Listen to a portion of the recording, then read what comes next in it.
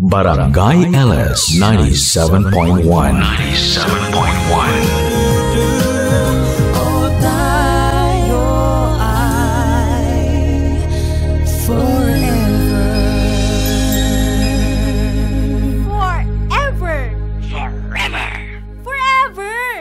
Ang mga kwento ng pag-ibig, kwento ng pag-asa, at kwento ng buhay sa Barangay Love Stories. Barangay Love Stories. Love Stories.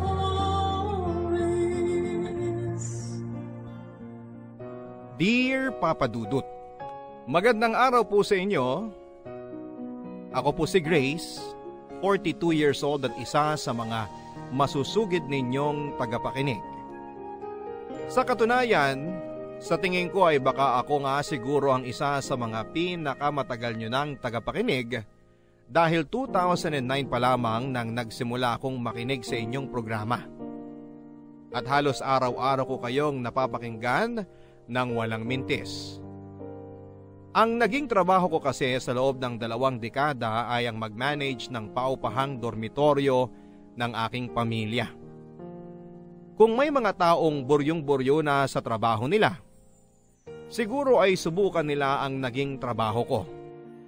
At tiyak na matagal na ang 1 linggo na mamamalagi sila sa ganoong klase ng trabaho. Galing po kasi ako sa Chinese family, Papa Dudut. 75% Chinese blood ako.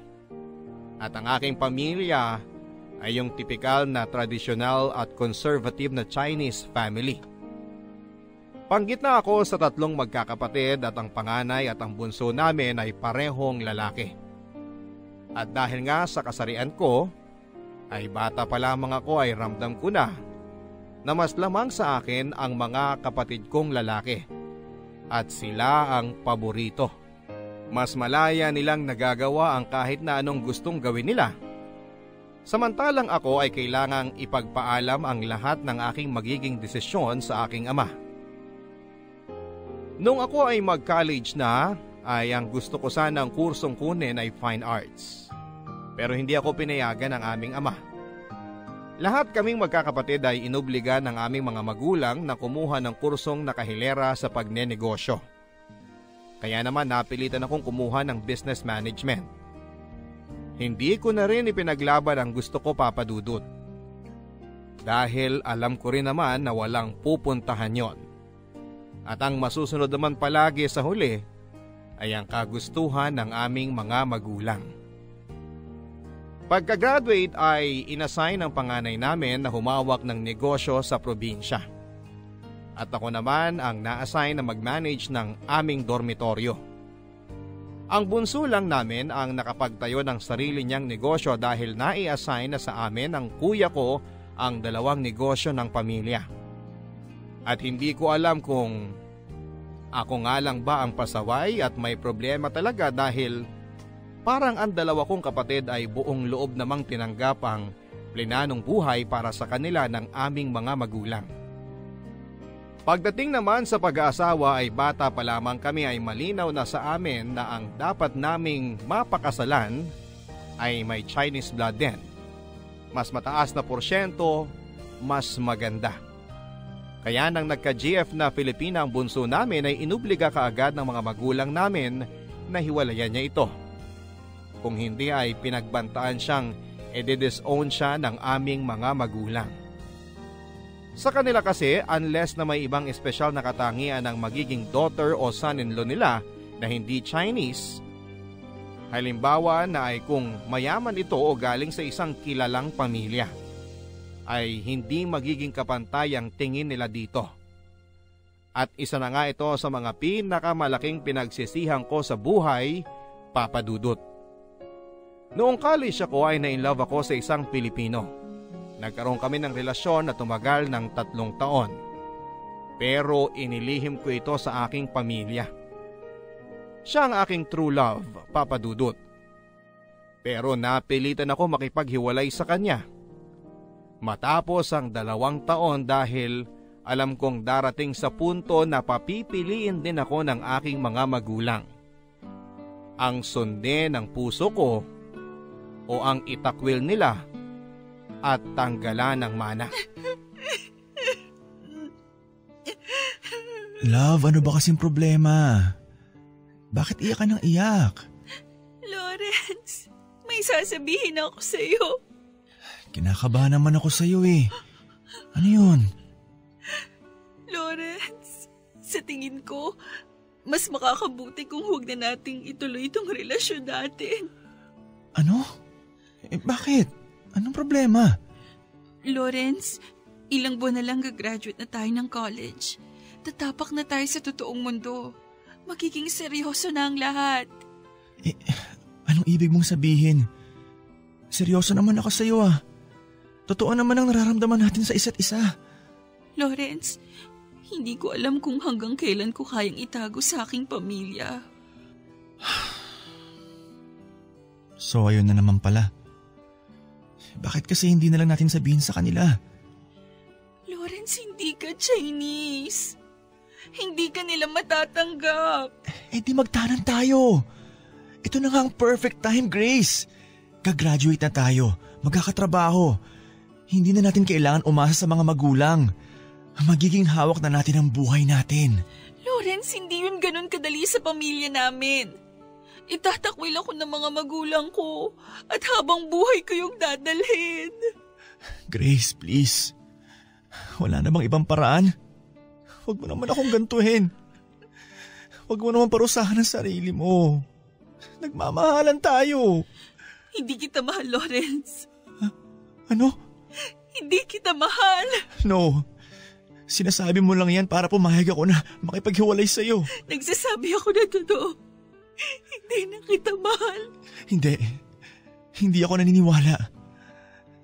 Tingnan mo ako sa mga mata at sabihin mo sa akin na hindi mo ako mahal. Hindi na kita mahal, Lawrence. Yun ang narealize ko. Dahil kung mahal kita, hindi ba dapat kaya kitang ipaglaban sa mga magulang ko? Sa kanilang lahat? Pero hindi eh. Hindi. Okay. I'm sorry, Lawrence. Grace, alam mo naman siguro na mahal kita, di ba? Ikamamatay ko ang mawala ka. I'm sorry, Lawrence. I'm sorry. Hindi ko alam kung ano nang gagawin ko. Pero ngayon, ang alam ko lang, kailangan kong piliin ang mga magulang ko. I'm sorry kung mahinang klase ng tao ko. Lawrence, I'm sorry. Tuluyan akong nakipaghiwalay kay Lawrence Papadudut. Matapos ang 5 taon ay nabalitaan ko na lamang na nakapag-asawa na pala siya at may pamilya na. At nang malaman ko yon ay mas dumoble pa yung sakit na naramdaman ko. Hindi ko maalis sa isipan ko na paano kung ipinaglaban ko ang pag-ibig ko sa kanya. Baka siguro ako na ang nasa lugar ng babaeng pinakasalan niya. At may anak na kami at masaya na. Kahit na itinakwil na ako ng aking pamilya. Isa rin kasi si Lawrence sa pinakamabuting tao na nakilala ko. Kaya sobrang nag-guilty ako sa ginawa ko sa kanya. Si Lawrence na nga siguro ang aking one true love. Matapos niya ay meron naman akong mga naging karelasyon pero mga hindi rin nagtagal. Naroon pa nga yung may mga nireto sa akin na mga may Chinese blood din. Pero hindi rin naman nagtatagal at kadalasan ay dahil pa sa third party. Dahil napilitan lang na makipag-date o makipagrelasyon sa akin dahil sa impluwensya ng pamilya. Kaya ang nangyari ay tumandang dalaga na ako. Pero sa akin, okay lang dahil yung totoong mahal ko ay matagal nang nawala sa akin. At alam ko na kung sino pa mang mga lalaking sumunod sa kanya ay maikukumpara ko lang kay Lawrence at imposible na may makahigit pa sa kanya. Nang lumipas ang mga taon ay nakasanayan ko na lang din siguro ang buhay kong ganon papadudot. Sa loob ng halos 2 dekada, nasanay na ako sa buhay na gigising ako, mag-check ng dormitory, maniningil ng may mga utang, magbabayad ng bills at kung ano-ano pa. Pero kadalasan, lumipas lang ang araw ko na nakatambay lang ako, kundi makikinig ng radyo, naglalaro ng game sa cellphone. Dumaan lang ang mga araw sa akin, Papa Dudut. At na-realize ko na isang araw ay 39 years old na pala ako. Mag-isa. Masungit at miserable dahil parang naubos lang ang buhay ko bilang isang masunuring empleyado sa negosyo ng aking pamilya.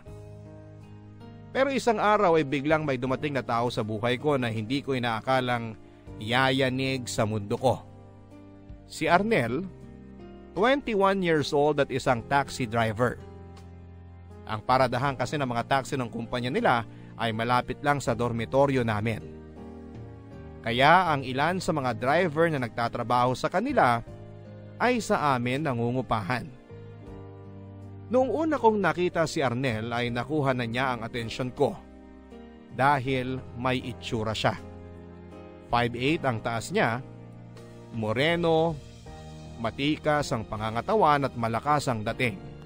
Pero dahil nga halos 2 dekada ng agwat ng aming mga edad ay hindi ko rin naman siya pinansin. Pero nang lumaon ay napansin kong iba itong makatingin sa akin. Noong una, Papa Dudut, ay naiilang pa akong pag-isipan siya ng may mali siya. Dahil nga sa isip ko ay ano ba naman ang nakita niya sa akin. Kahit na single pa ako ay aminado na akong losyang na akong manamit. At matagal nang nawala ng pakialam sa itsura. Bukod pa dyan ay nagkaroon na rin ako ng reputasyon bilang masungit na matandang dalaga sa mga tenant namin. Kaya naman hindi ako makakita ng dahilan para magkagusto ang kagaya ni Arnel na bata at may itsura sa isang katulad ko. Miss Grace, parang awa niyo na po. Bigyan niyo naman po ako ng 1 pang buwan para makabayad. Hay nako Elena, 5 buwan ko nang naririnig yung linya na yan sa'yo. Kapag pinagbigyan na naman kita ng 1 pang buwan, malamang yan pa rin ang sasabihin mo sa akin. Parang awa niyo na po. Alam niyo naman na may sakit ang nanay ko sa probinsya at ilang buwan na akong hindi pa rin nakakahanap ng trabaho. Elena, alam kong mahirap ang buhay sa mundo.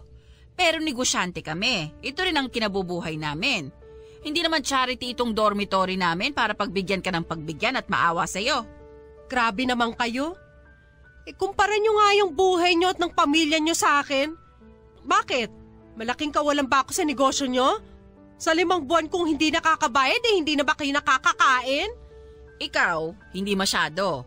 Pero dahil pinagbibigyan ka namin ng pinagbibigyan sa mga palugit na hinihingi mo sa amin sa loob ng 3 taong pangungupahan mo rito, ay nagsisigayahan na yung mga ibang tenant sa'yo. Habang tumatagal, parami ng paraming nakikiusap sa akin na mahuhuli daw sila sa pagbabayad. Halos kalahati na ngayon ng delayed sa upa. Aba, wag niyong isisi sa akin kung hindi nakakabayad yung iba dito. Lalong humihirap ang buhay Wag niyong isisi sa akin yun. At hindi rin namin responsibilidad ang solusyonan ng kahirapan ng mundo. Kung nahihirapan kang magbayad at humanap ng matitirhan, aba, di doon ka sa DSWD humingi ng tulong, wag sa akin. Sige, pagbibigyan kita Elena, 2 linggo. Pero matapos ang 2 linggo at hindi ka pa nakakabayad, ipapahakot ko na yung mga gamit mo. Hi, Miss Grace. Hi. Ano ba naman po yan, Miss Grace? Birthday na birthday nyo, galit kayo. Ano? Happy birthday po. Ito. Bakit mo ko binibigyan ng bulaklak? Kasi birthday nyo nga po. Teka, paano mo nalaman na birthday ko? Kasi kanina nakita ko may nag-deliver sa inyo ng birthday cake. Salamat dito sa bulaklak, pero hindi ko birthday.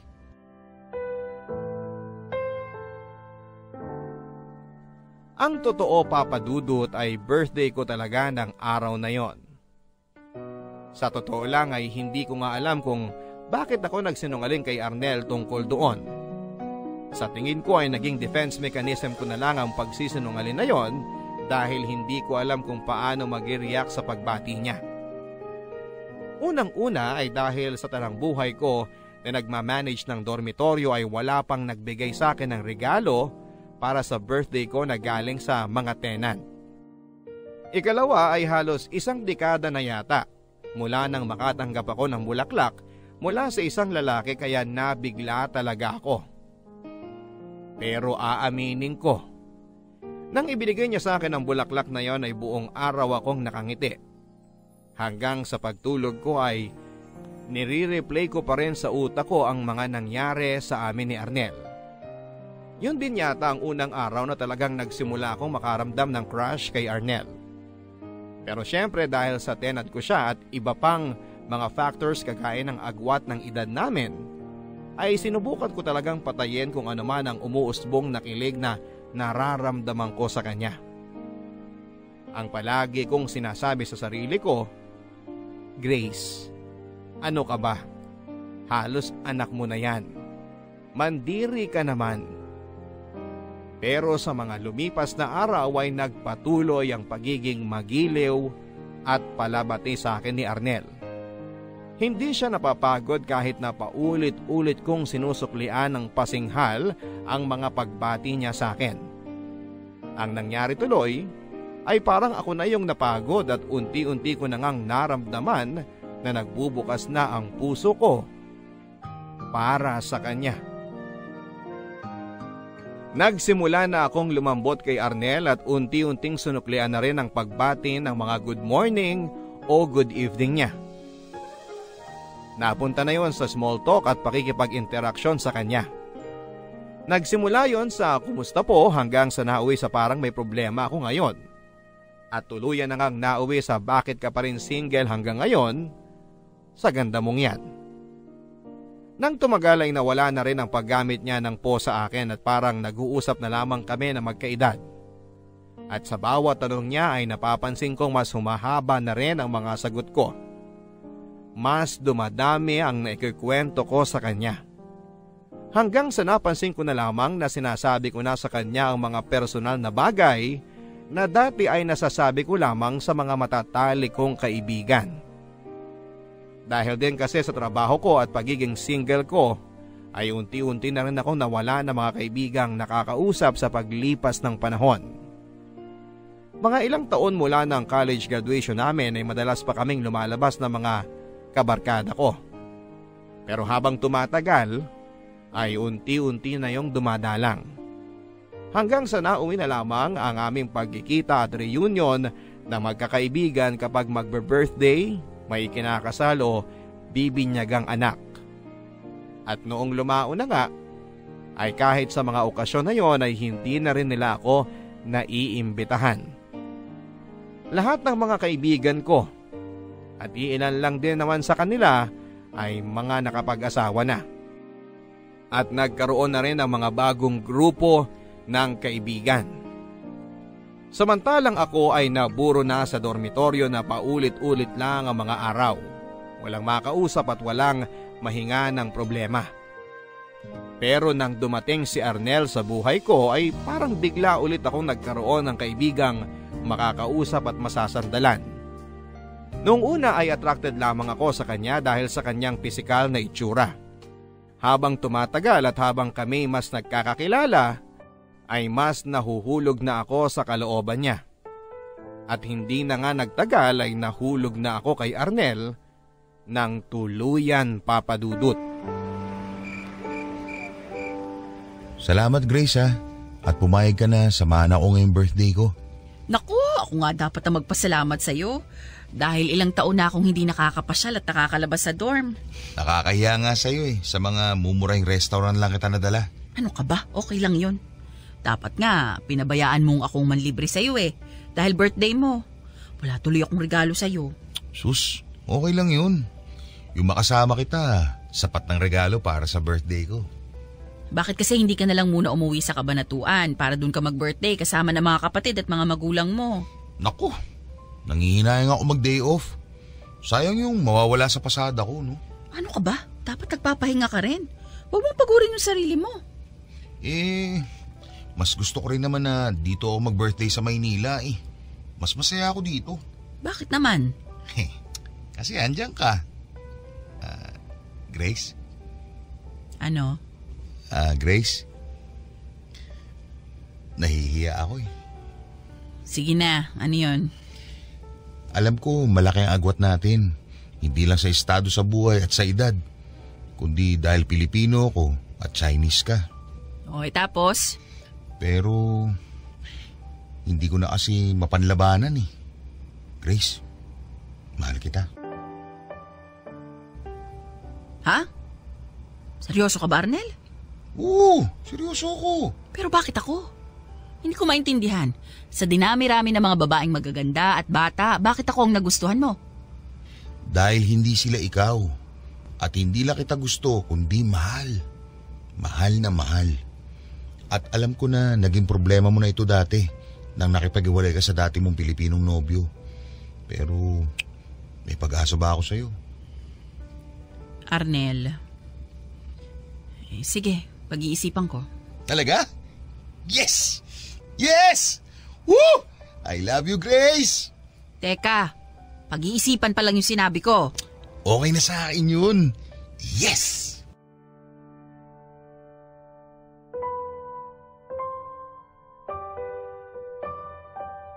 Matapos ang isang linggo mula nang nagtapat sa akin si Arnel ay sinagot ko na rin siya.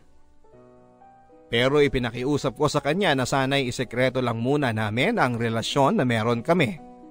Lalo na sa aking mga magulang. Naging maingat kami sa pagtatago. Lalo pat napakaraming mga tsismoso at tsismosa sa dormitoryo.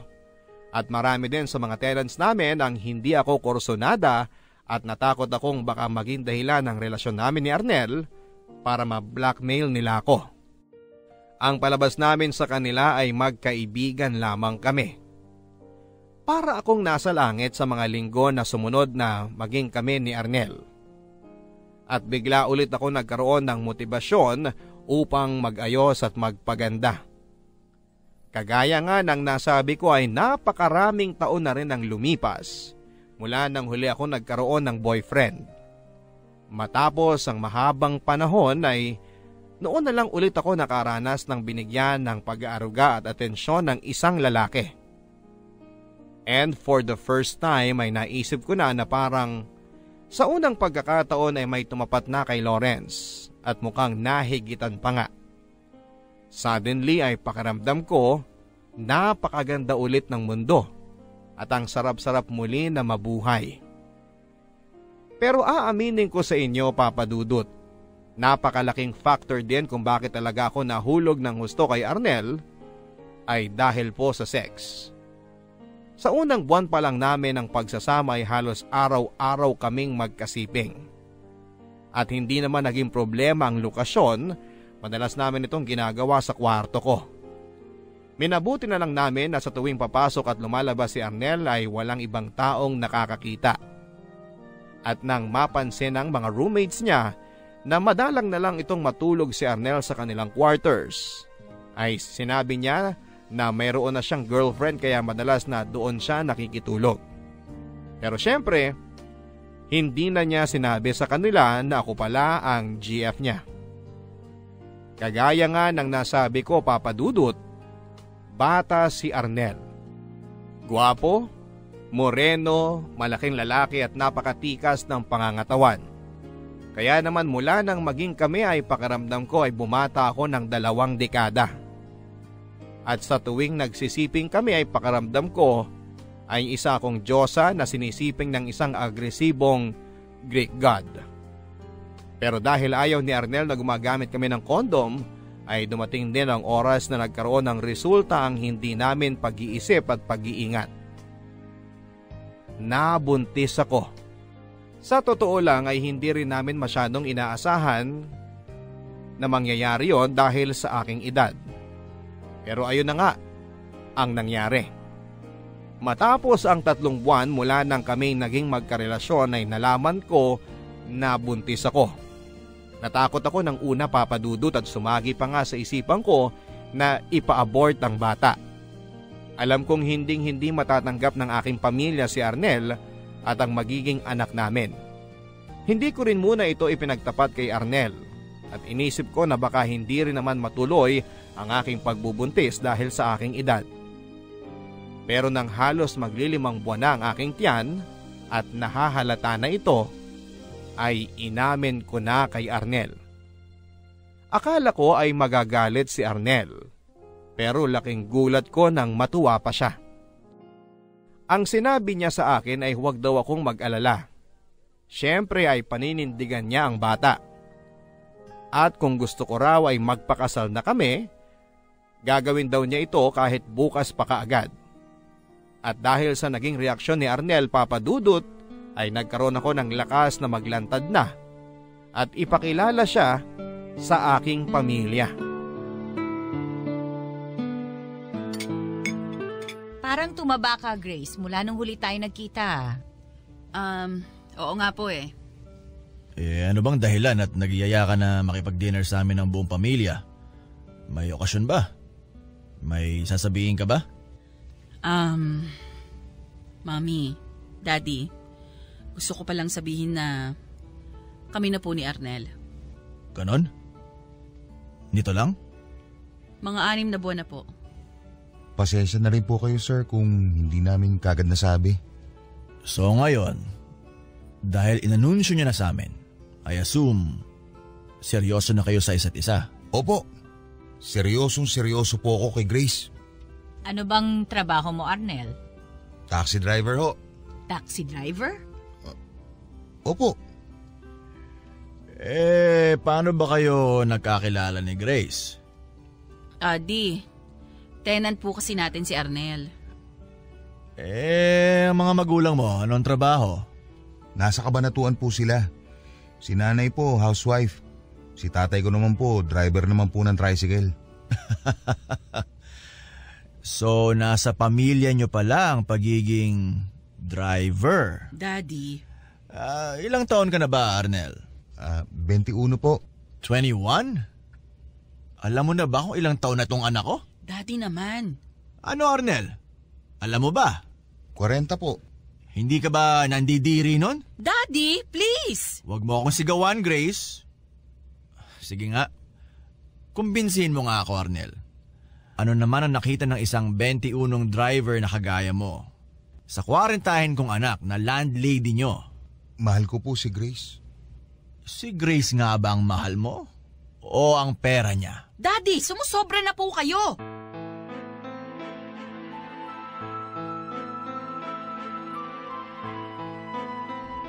Ano? Ulitin mo nga yung sinabi mo? Sorry po. Sinisigaw-sigawan mo na ako ngayon? Yan ba ang impluensya sa'yo ng squatter na to? Hindi po squatter si Arnel. May trabaho siyang marangal. Mabuti siyang tao.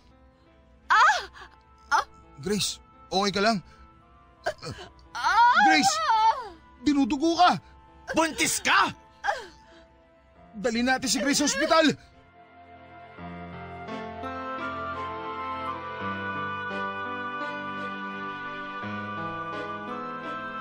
Dahil sa stress ko sa sagutan naming yon ng aking ama ay muntikan na akong makunan, Papa Dudut.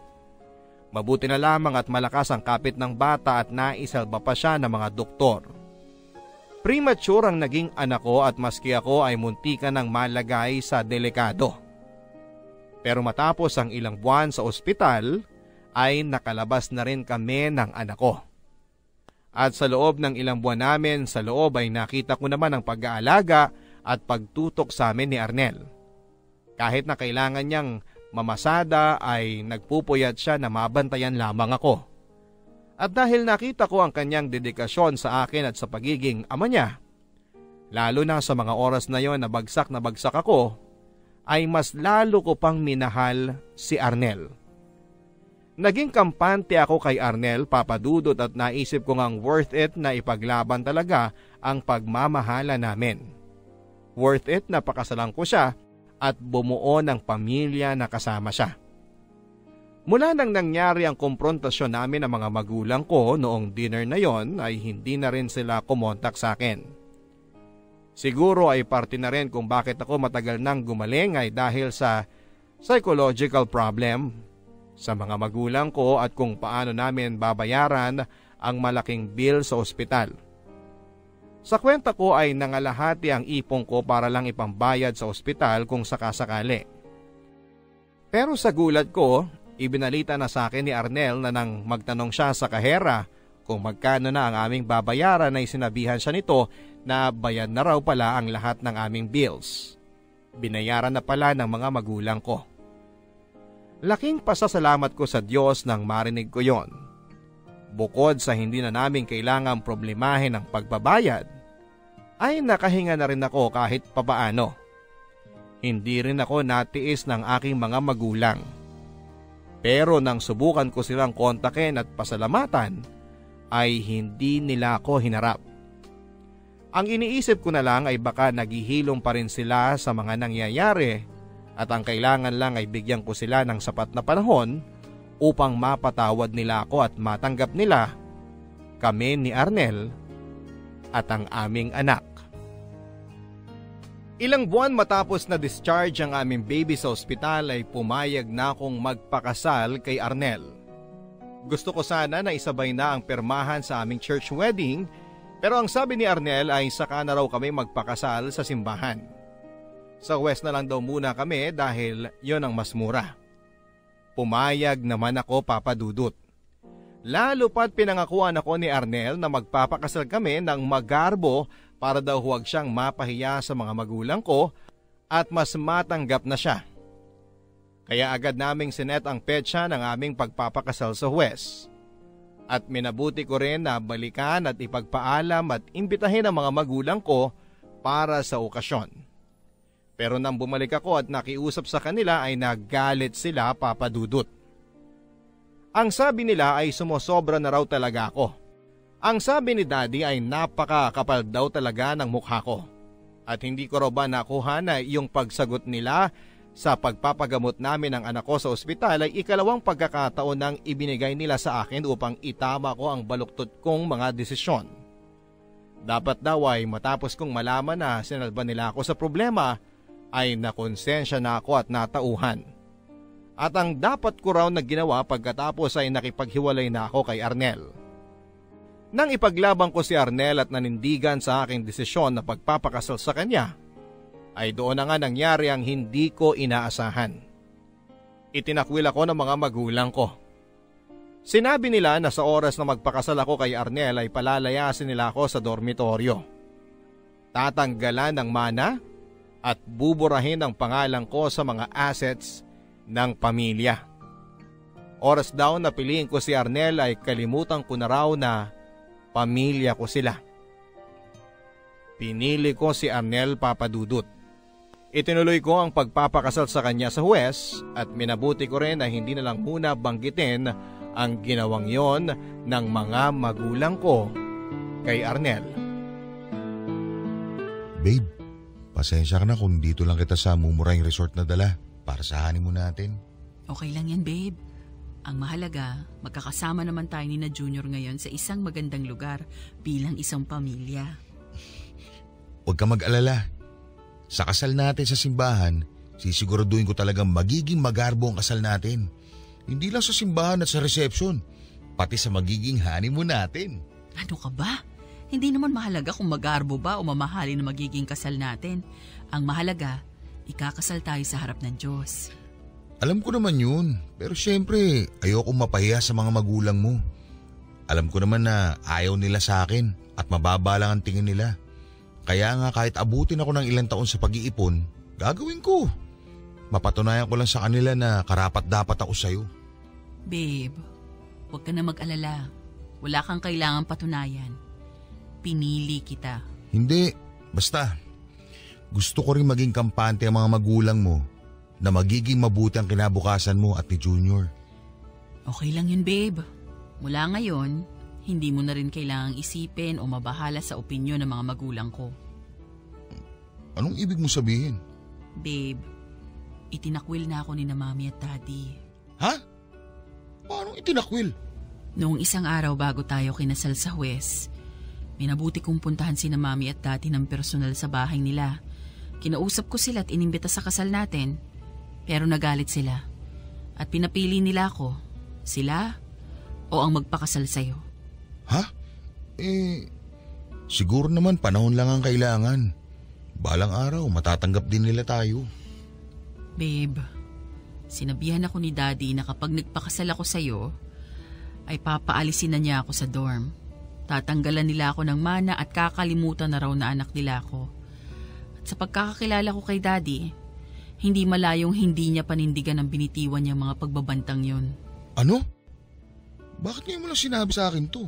Kasi hindi naman mahalaga na malaman mo eh. Tayo naman ang magpapakasal at magsasama. Bakit babe? Hindi ka ba natutuwa na ikaw ang pinili ko? Na ipinaglaban kita? Grace naman eh. Bakit ngayon mo lang sinabi sa akin to? Eh di sana napag-usapan muna natin. Pwede naman natin sanang iurong ang kasal natin sa WIS eh. Hindi naman kailangan magmadali. Babe, ikaw yung may gustong magpakasal na tayo sa WIS, hindi ba? Ang akin lang, paano na tayo ngayon? Paano ka? Paano ka na kung tatanggalan ka nila ng mana? Babe, hindi naman mahalaga sa akin ang mana eh. Bakit? Masaya naman tayo ng ganito lang tayo ah. Na simple lang ang buhay natin. Hindi ko naman kailangan maging mayaman para maging masaya. Ang magkasama lang tayo at ang anak natin, okay na sa akin yun. Grace naman, hindi ka nag-iisip eh. Dapat sinabi mo sa akin yan. Paano na tayo? Saan tayo titira ngayon? Baka pagbalik natin sa dormitoryo, nasa labas na mga gamit natin.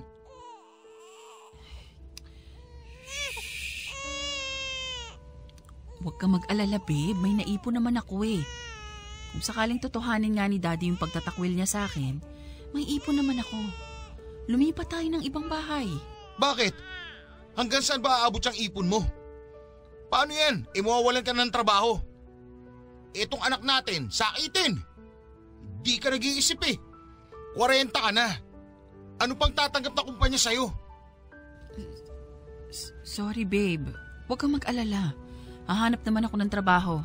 Gagawin ko ng paraan, makakaraos tayo.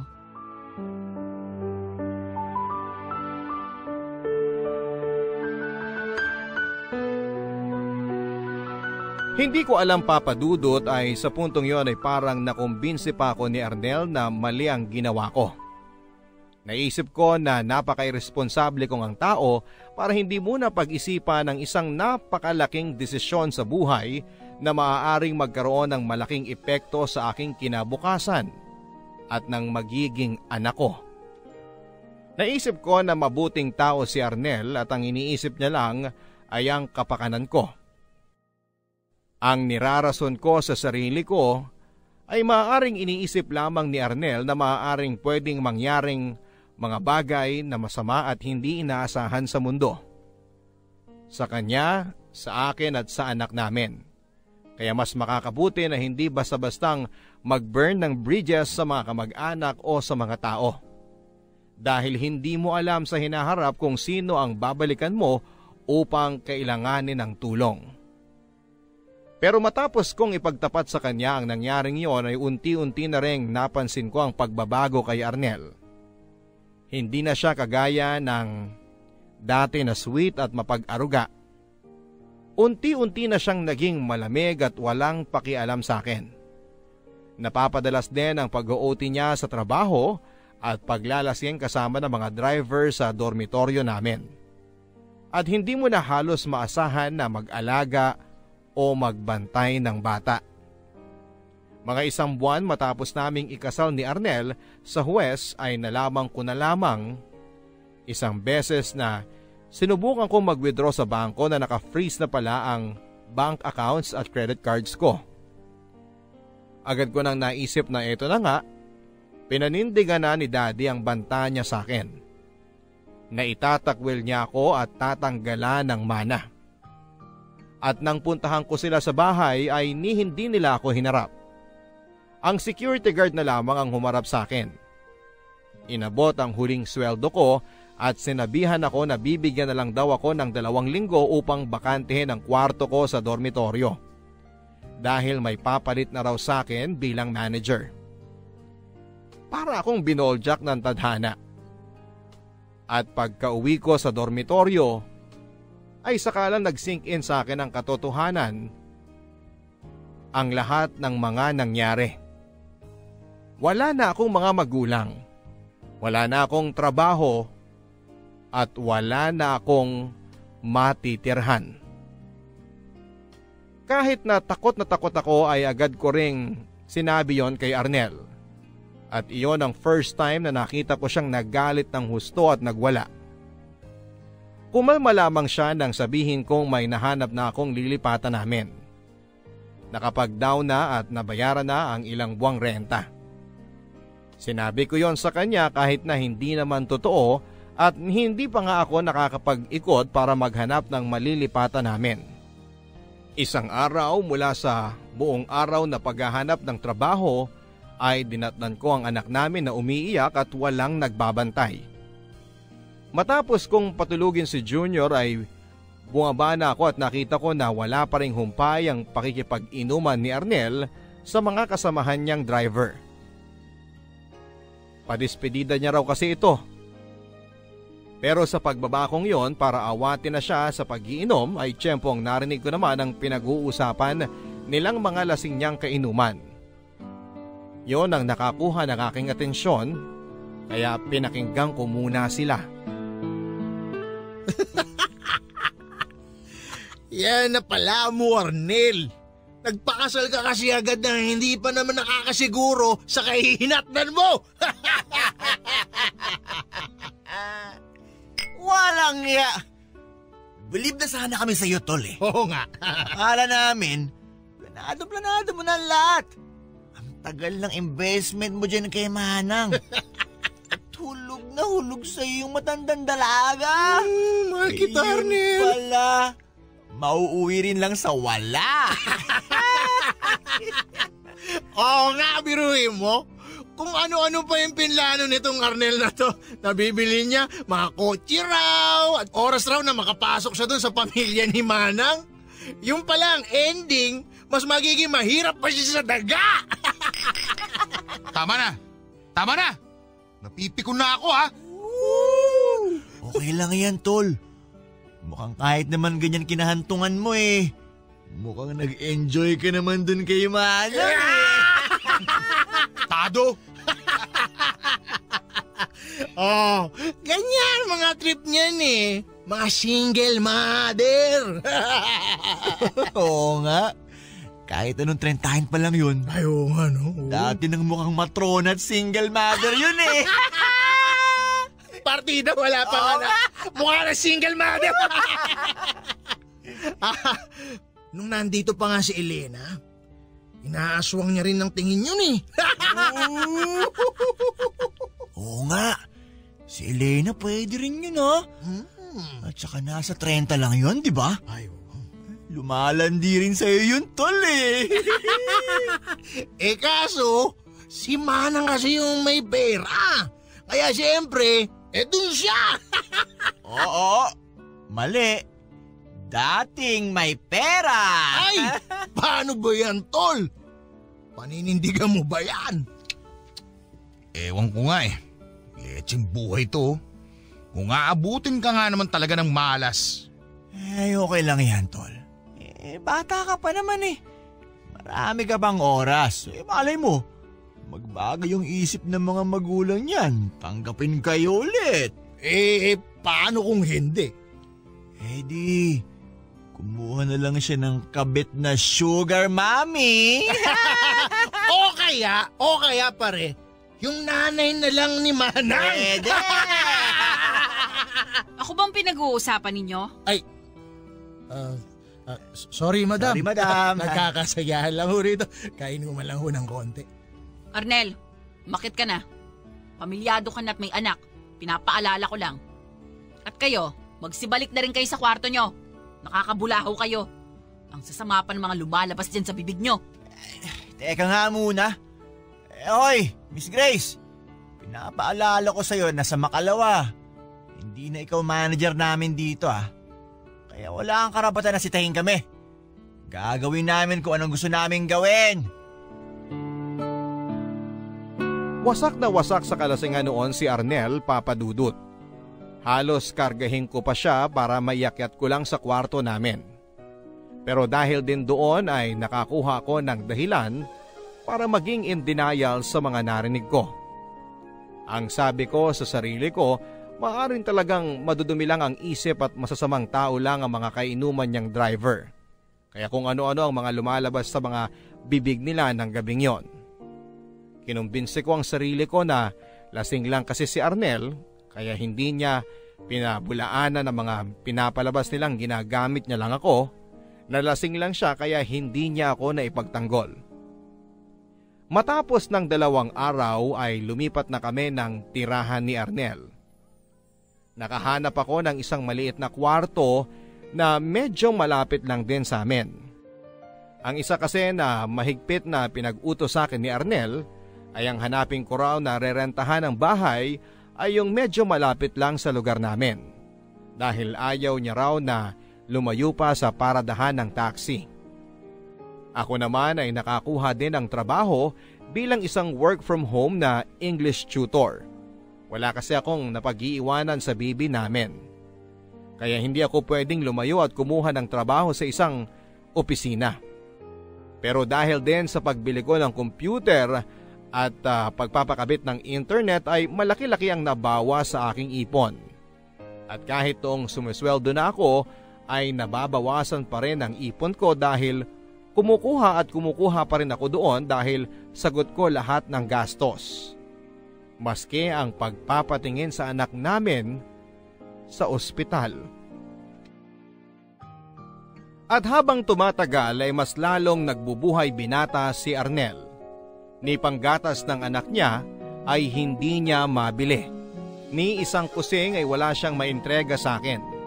Lahat ng mga sinesweldo niya sa pagtataksi ay napupunta lamang sa sarili niya at ipinapadala sa mga kamag-anak niya sa probinsya.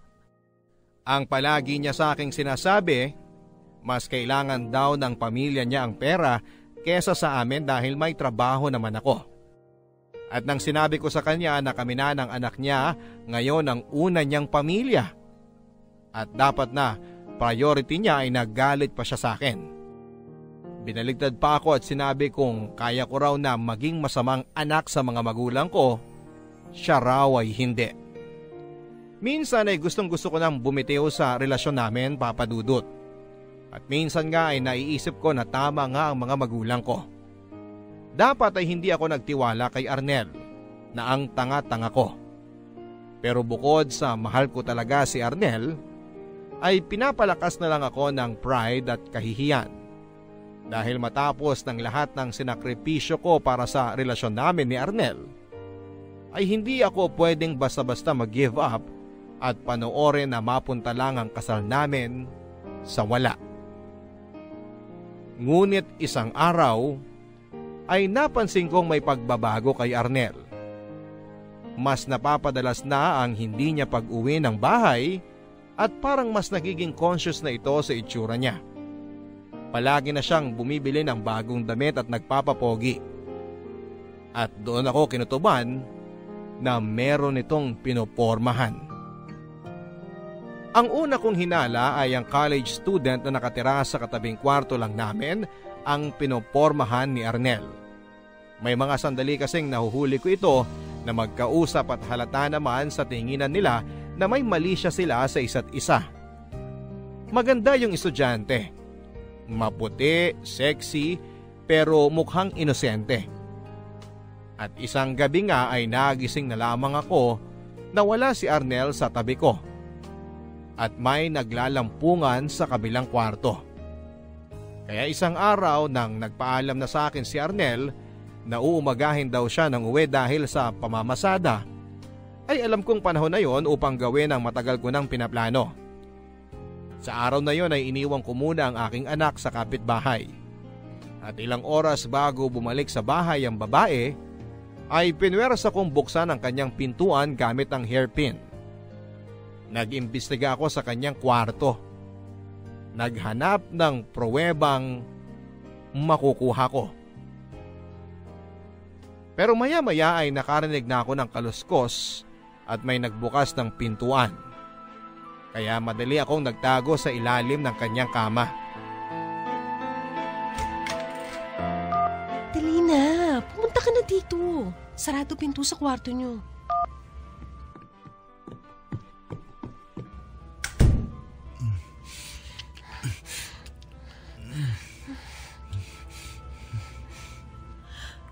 Kuya Arnel naman eh. Teka lang, mag-shower muna tayo.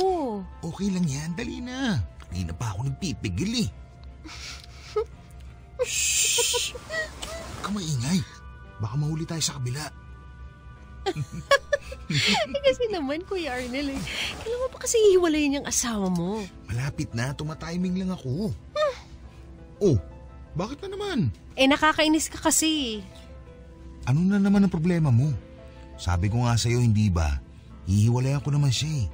Naghahanap lang ako ng tiyempo para hindi siya masyado magwala. Hindi lang yun. Ano na naman? Wala. Naisip ko lang. Di ba? Sabi mo, hindi mo naman talaga siya gusto noon. Na ang habol mo lang sa kanya yung pera niya. Tapos napasubo ka lang. Oo, tama lahat yan. Teka, nagsiselos ka no? Babe naman, huwag ka na magselos. Sige na nga, aamin na ako. Naghahanap kasi ako na malilipatan nating kwarto na medyo malayo-layo dito. Tapos pag okay na yun, at pag nakalipat ka na dun, saka ko na siya hiwalayan. OMG talaga, babe!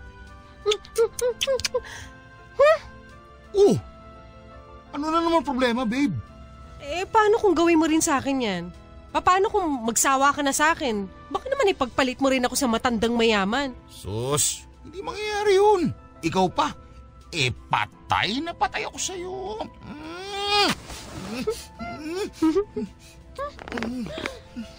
Ay! Mga hayop kayo! Grace! Bakit nandyan ka? Anong ginagawa mo dito? Dahil hindi ako tanga. Akala niyo maluloko niyo ako? Arnel, narinig kong lahat. Bumalik ka sa kwarto natin at hakutin mo ng lahat ng gamit mo. Ang kapal ng mukha mo. Ayoko nang makitang pagmumukha mo kahit kailan! Pinalayas ko si Arnel, Papa Dudut. Akala ko'y wala nang ibabagsak pa ang mundo ko, pero nang nahuli ko mismo ang pagtataksil sa akin ni Arnel at narinig mismo sa sarili niyang mga bibig ang ginagamit niya lang ako, ay pakiramdam ko ay gumuho na ng tuluyan ang mundo ko. At kahit na gusto ko nang mabaliw ng mga panahon na yon ay pinanlabanan ko. Pinipilit kong labanan ang kalungkutan at galit na lumalamon sa akin dahil may anak na ako. At alam kong kapag bumigay ako, ay tiyak na mapapahamak at magiging kalunos-lunos ang kahihinatnan ng anak ko. Isang buwan matapos kong pinalaya si Arnel sa poder ko, ay muli kong nilaksan ang aking loob. Bumalik ako sa bahay ng mga magulang ko para humingi ng tawad. At para magmakaawa na tanggapin nila ako. Alam kong hindi magiging madali pero handa akong magpakumbaba at lunukin ang lahat ng mga bibitawan nilang masakit na salita. Inisip ko na kapag pumunta ako doon na dala ang anak ko, ang apo ng mga magulang ko ay baka lumambot sila kahit papaano. Napatawarin nila ako at muling tanggapin. Pero nagkamali ako.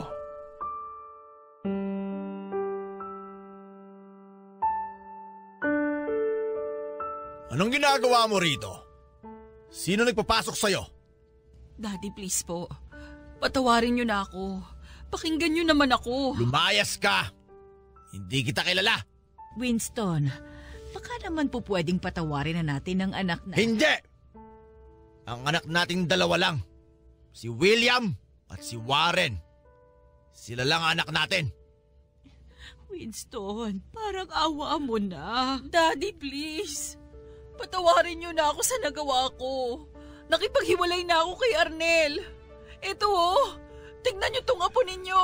Wala akong pakialam kung nakipaghiwalay ka na sa driver na yon. Binigyan ka na namin ng pagkakataon noon. Pero sinayang mo. Hindi ka nakinig. Sinuway mo kami. Daddy, parang awa niyo na. Para man lang sa apo ninyo. Wala akong pakialam sa halimaw na batang yan. Hindi ko yan kikilalanin bilang miyembro ng angkan natin. At matagal ko na rin kinalimutan na may anak akong babae. Winston, please, parang awa mo na. Huwag ka namang ganyan kay Grace. Tumahimik ka! Matuto kang lumugar, Karina. Ako ang padre de pamilya. Ako ang nagdidesisyon sa bahay na ito. At kapag sinabi kong hindi natin siya anak, kailangan sumunod ka! Daddy, parang awa niyo na. Bigyan niyo na ako ng isa pang pagkakataon. Kaya lang naman lumalapit yan dahil kailangan niya ng pera natin eh. Dahil nakaranas na ng hirap sa buhay. O ngayon, panindigan mo yung desisyon mo. Wala kang kwentang anak. Kahit noon pa man, mahinang klase ka na.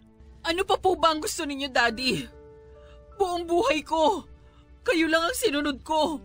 Kung sino po pwede kong maging boyfriend, kung ano ang kurso kong kukunin, kung ano ang magiging trabaho ko. Buong buhay ko, kontrolado nyo na ang buhay ko. Aba, at talaga sumasagot ka pa ha? Tama ang desisyon ko na pagtatakwil sa'yo. Dahil sa inyo, hiniwalayan ko si Lawrence. Ang tanging tao na nagmahal sa akin ng tunay at totoo. Dahil sa inyo naging miserable ang buhay ko. Kapal ng mukha mong sabihin sa akin yan. Matapos kitang palamunin at palakihin sa luho. Kung ano man yung kamalasang tinatamo mo ngayon, kasalanan mo yan. Tama! Kasalanan ko nga! Dahil dapat noon pa lang, hindi na ako nakinig sa inyo. Dapat matagal na akong kumawala sa inyo. Huwag kayong mag-alala. Ito na rin ang huling pagkakataon na makikita niyo ako. Tinatanggap ko na ang desisyon ninyo. Mula ngayon, wala na rin akong ibang pamilya maliban sa anak ko. At mamahalin ko siya ng lubusan at bibigyan ng kalayaan. At hindi ko siya itatrato na parang tao-tauhan na kagaya ng pagtrato niyo sa akin sa loob ng 40 taon.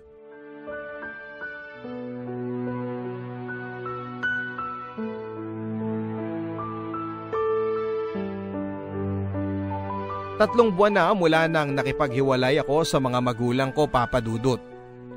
Kahit na nananatiling mahirap ang buhay para sa akin, ay na-realize ko ngayon lang din ulit ako nakaranas na maging masaya at kontento. Sa loob ng 40 taon, ngayon ko lang talaga naramdaman na may saysay ang buhay ko na malaya ako. Natawa ko at kontrolado ko ang sarili kong buhay. At dahil sa karanasan kong yan, at mula nang nagkaanak ako ay nagsimula na rin akong maging bukas sa tao.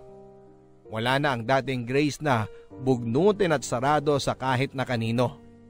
Nabuwag na ang mga pader ng galit at frustrations na nabuo sa loob ng ilang dekada sa puso ko.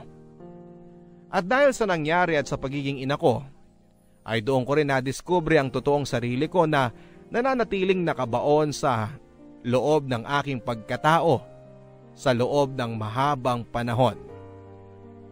Ang palakaibigan, malakas ang loob at masiyahin na Grace. Nang pinalayas ko si Arnel ay umalis na rin ang kabit niya na nasa kabilang kwarto ko. At ang sumunod na tenant ay isang batang mag-asawa na bagong lipat sa Maynila. Kaagad ko silang nakasundo at naging nanay-nanayan nila ako. At kapag ako naman ang nangangailangan ng tulong ay naaasahan ko sila. Minsan pa nga ay sila na ang nauunang magbigay sa akin ng tulong bago ko pa ito hingin. Para naman kay Arnel, ay kahit na pinalayas ko siya ay hinihintay ko lang ang pagkakataon na mabigyan ng hustisya ang ginawa niya. Kung dati ay ang plano namin ay mag-ipon para sa isang magarbong kasal, ang pinag-iipunan ko na rin ngayon ay ang paghahabla sa kanya ng bigamy at child support para sa aking anak. Alam kong maaaring matagalan, pero kung nakapagtiyaga nga ako ng 2 dekada sa miserable kong buhay bilang tagabantay ng dormitoryo dati, ay kayang-kaya kong hintayin ang araw na mabigyan kaming mag-ina ng hustisya. Nawalan man ako ng mga magulang at asawa, Papa Dudut, ay nagkaroon naman ako ng anak at ng mga bagong kaibigan. Sila na ang aking mga bagong pamilya. At lubos ang pagpapasalamat ko sa Diyos na hindi niya ako iniwan at nang may tinanggal siya sa akin ay pinunan niya ito ng mas nakakahigit pa. Ang inyo pong kapuso at loyal na tagapakinig forever, Grace. Barangay LS 97.1 97.1